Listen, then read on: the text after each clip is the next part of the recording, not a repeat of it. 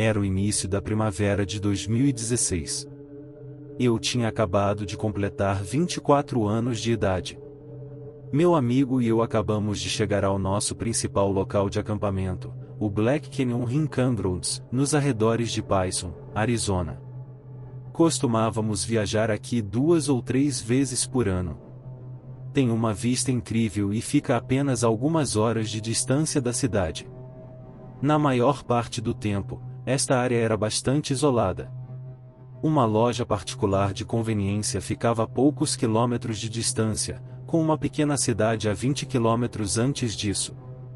A entrada era em uma estrada de terra, diretamente fora da rodovia, com uma placa de acampamento no início da estrada, marcando a vida selvagem local, qualquer perigo de incêndio e notícias gerais relevantes para a população do acampamento. A trilha é em sua maioria linear, com talvez um bifurcamento, que se estende por vários quilômetros. Uma vez percorremos a estrada de terra para ver até onde ela nos levaria. Um dos caminhos o levaria a outra entrada da rodovia, com uma torre de guarda florestal na metade do caminho. O outro caminho nos levava a um beco sem saída. Uma cabana abandonada pode ser encontrada neste caminho, alguns quilômetros dentro, a maior parte escondida na distância atrás de alguma folhagem maior. A neve tinha se dissipado principalmente a esta altura, deixando o ar fresco, um leve arrepio, e a fauna voltando a ficar ativa. Normalmente avistaríamos alguns cavalos selvagens, vários veados e toneladas de criaturinhas sempre que saíssemos por este caminho. Era realmente a época perfeita do ano para uma viagem relaxante para fugir da cidade por alguns dias. Chegamos por volta das 4 da tarde em uma terça-feira. Já era tarde para nós, pois normalmente tentamos chegar lá ao mais tardar ao meio-dia. Esta viagem foi bastante espontânea. Ambos tínhamos trabalho durante o próximo fim de semana e decidimos simplesmente ir em frente. O sol estava se pondo rapidamente e ainda não tínhamos escolhido nosso lugar para acampar. Havia talvez 2 outros grupos, ambos famílias, estacionados um pouco perto da entrada, a apenas algumas centenas de metros da rodovia. Desta vez, só queríamos nos afastar dos humanos por um tempo. Os trabalhos de atendimento ao cliente farão isso com você. Nós dirigimos pela estrada de terra, passamos por nosso lugar habitual, e finalmente escolhemos a área perfeita. Uma pequena clareira, apenas pendurada na borda de uma colina. Todo o vale podia ser visto desta área, com um lindo pôr do sol. Este teria sido nosso principal local a partir de então, se o incidente da noite seguinte nunca tivesse acontecido, ou seja, concordamos em acender uma fogueira, e evitaríamos construir uma tenda nesta viagem. Não tínhamos muito tempo para fazê-lo de qualquer maneira, e seu carro não era tão desconfortável assim. Eu dormiria no banco de trás e ela ficaria com o assento do passageiro. Com as janelas ligeiramente entreabertas, teríamos alguns cobertores para cada um de nós, e cairíamos naquele sono inigualável. No dia seguinte, tudo correu sem incidentes. Nós simplesmente relaxamos. Mas tive esta estranha sensação durante todo o dia, como se estivéssemos sendo vigiados. Havia um amassar de folhas a cada poucas horas, mas imaginei que era apenas a vida selvagem local fazendo sua parte. Meu amigo não notou nada de anormal, por isso não me concentrei nisso. A noite chegou, e a sensação ainda não havia desaparecido. Minha amiga deve ter sentido algo que ela não vocalizou, no entanto. Ela tomou algumas de suas pílulas para dormir. Ela normalmente não precisava tomá-las em nossas viagens de acampamento, o ambiente da natureza era suficiente para colocar qualquer um para dormir, pensei. Era quase 1 da manhã. Minha amiga adormeceu no banco do passageiro, enquanto eu tentava me acalmar na parte de trás. Encostei-me à janela lateral, atrás do banco do passageiro, com as pernas estendidas até a porta traseira do carro. A janela do lado oposto de mim foi ligeiramente rolada para baixo, com uma brisa fria fluindo para dentro. Eu tinha estado ao telefone, folheando o Facebook ou qualquer outra coisa, quando ouvi algo do lado de fora. Algum triturar das folhas caídas, vários passos do lado de fora do carro. Eu sussurrei para minha amiga: "Você ouviu isso?", mas ela já estava apagada. Pousei meu telefone e escutei atentamente por 1 minuto ou 2. Nada. Deve ter sido um animal pequeno, curioso do acampamento. Voltei para o meu telefone, rolando pelas mídias sociais. Cerca de 10 minutos haviam passado, quando ouvi novamente. Direita do lado de fora da porta. Baixei o telefone. Meus olhos levaram um momento para se ajustar da luz do telefone para a escuridão profunda do bosque. Ao virar o telefone para longe de mim, a luz de fundo iluminou a janela acima dos meus pés. Até hoje, não consigo tirar a imagem da minha cabeça. 2 mãos sujas, com cicatrizes, seguradas na janela. Os dedos embrulhados dentro do carro. As unhas eram compridas, não mantidas, e escuras.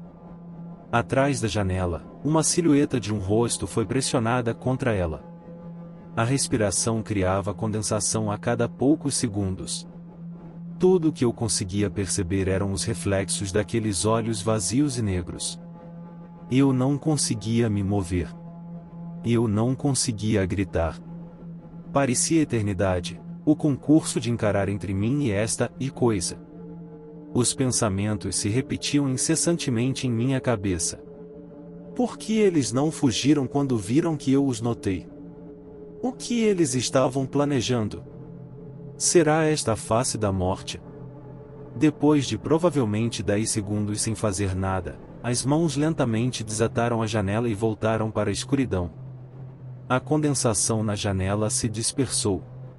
Outros 2 segundos passaram antes que eu ouvisse o temido amassar, amassar, amassar, amassar melodicamente desvanecendo-se na distância.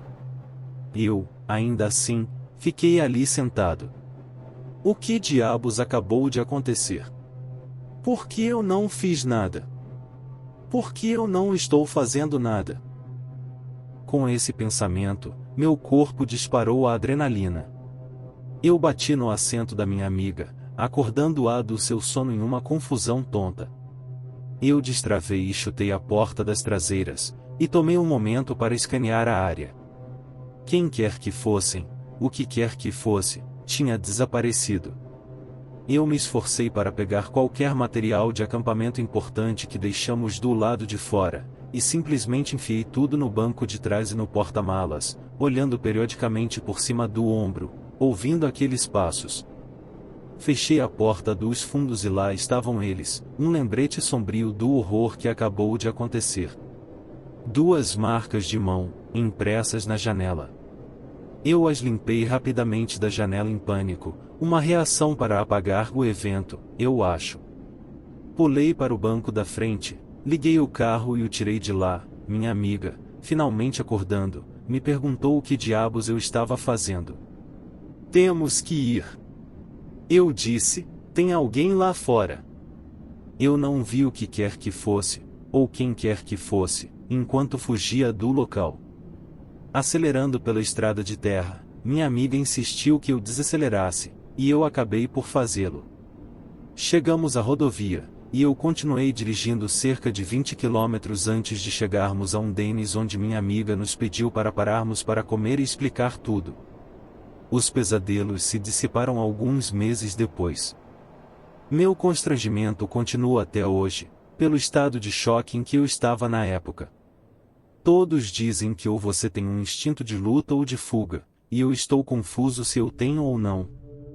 Quero dizer, eu apenas fiquei ali sentado e não fiz nada.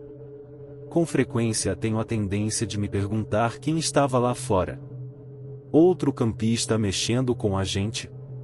Um morador da cabana abandonada na estrada de terra? Ou talvez algo mais paranormal residindo na floresta, observando campistas solitários e vulneráveis à deriva para a terra dos sonhos. Ainda acamparíamos lá nos próximos anos, mas nunca muito longe da rodovia. O que quer que tenha sido, espero que tenha sido a última vez que vi isso.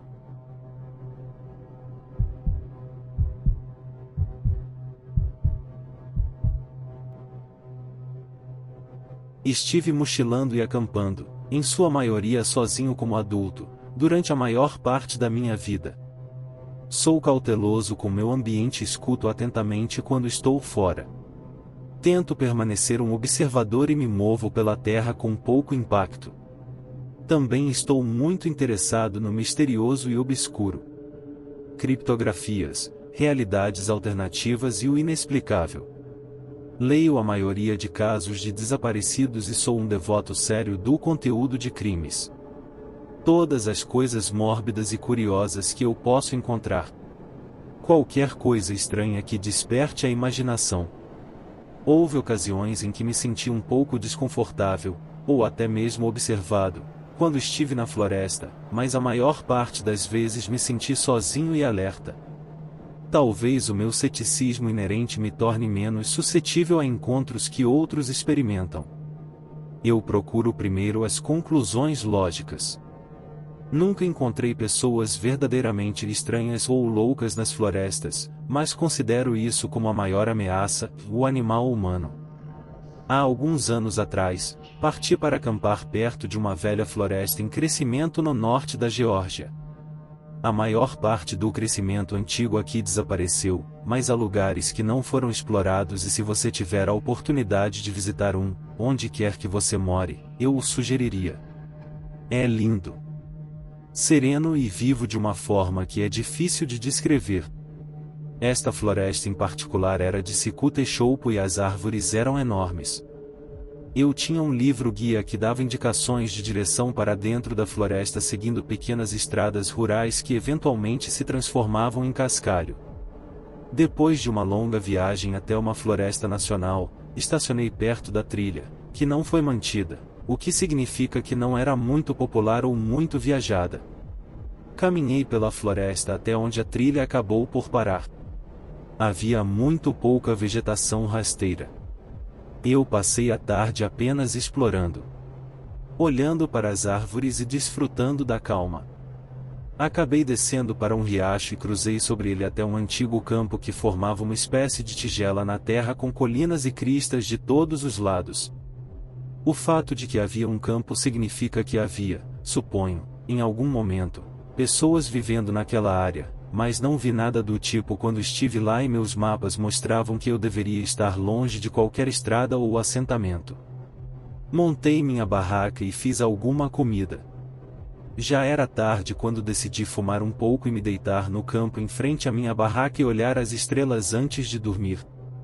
Havia pouca ou nenhuma poluição luminosa e sempre gosto da oportunidade de desfrutar do céu em momentos como esses.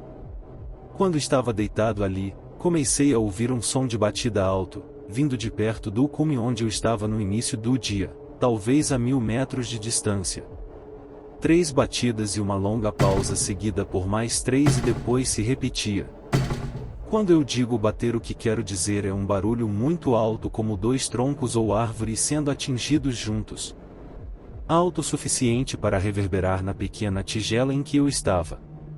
Suficientemente alto você quase podia senti-lo.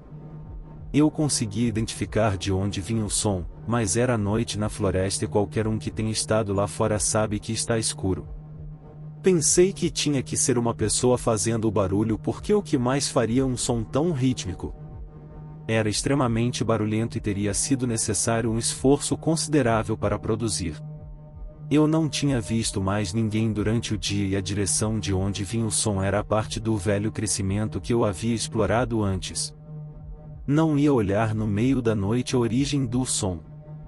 Esperei pacientemente amanhecer no outro dia, fiz o caminho até onde achei que o som era originado, procurei um pouco em volta e me deparo com um galho espetado no chão e um boneco parecido com voodoo amarrado nele. Meu coração pulou no peito, que coisa bizarra. Olhei para os lados me sentindo vigiado, fiz meu caminho de volta ao acampamento olhando para os lados e me sentindo totalmente paranoico. Eu iria ficar mais um dia no local, mas reuni minhas coisas e me mandei de lá.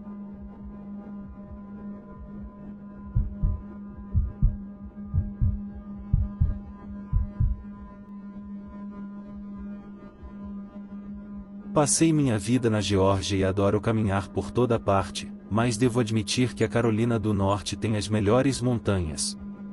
Por esta razão, dirijo frequentemente até lá e faço caminhadas e acampamentos.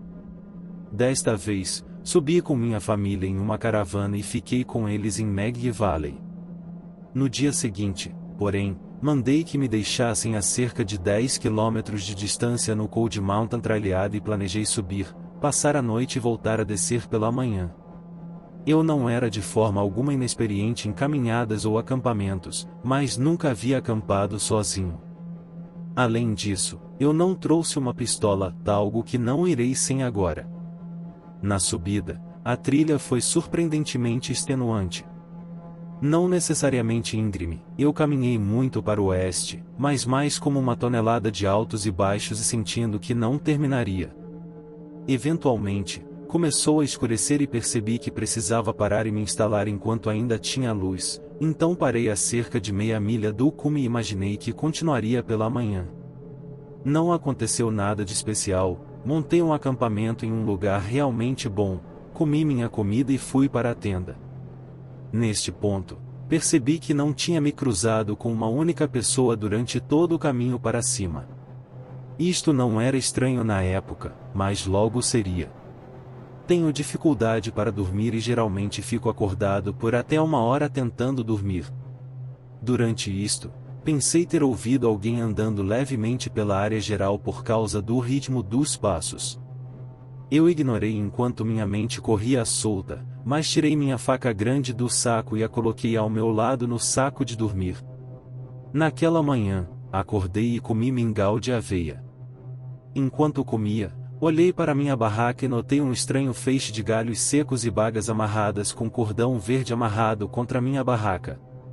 Internamente, eu estava com muito medo, mas arrumei minhas coisas e saí em 5 minutos. E não me dei ao trabalho de ir para o cume, fui direto para baixo. No caminho para baixo, percebi que havia uma névoa bem forte, e acabei ficando em uma trilha lateral que acabou por terminar e fiquei perdido. Usei uma bússola para eventualmente me reorientar e encontrei a trilha novamente, um dos maiores alívios da minha vida. Consegui sair sem nenhum outro incidente. Entretanto, naquela mesma manhã, uma pessoa de 27 anos morreu no mesmo trecho da trilha que eu, e é possível que eu o tivesse encontrado se não me tivesse perdido e voltado à trilha mais tarde. Sua família parece ter limpado a internet de vários dos artigos sobre ele. Mas basicamente ele foi atacado por outra pessoa na trilha.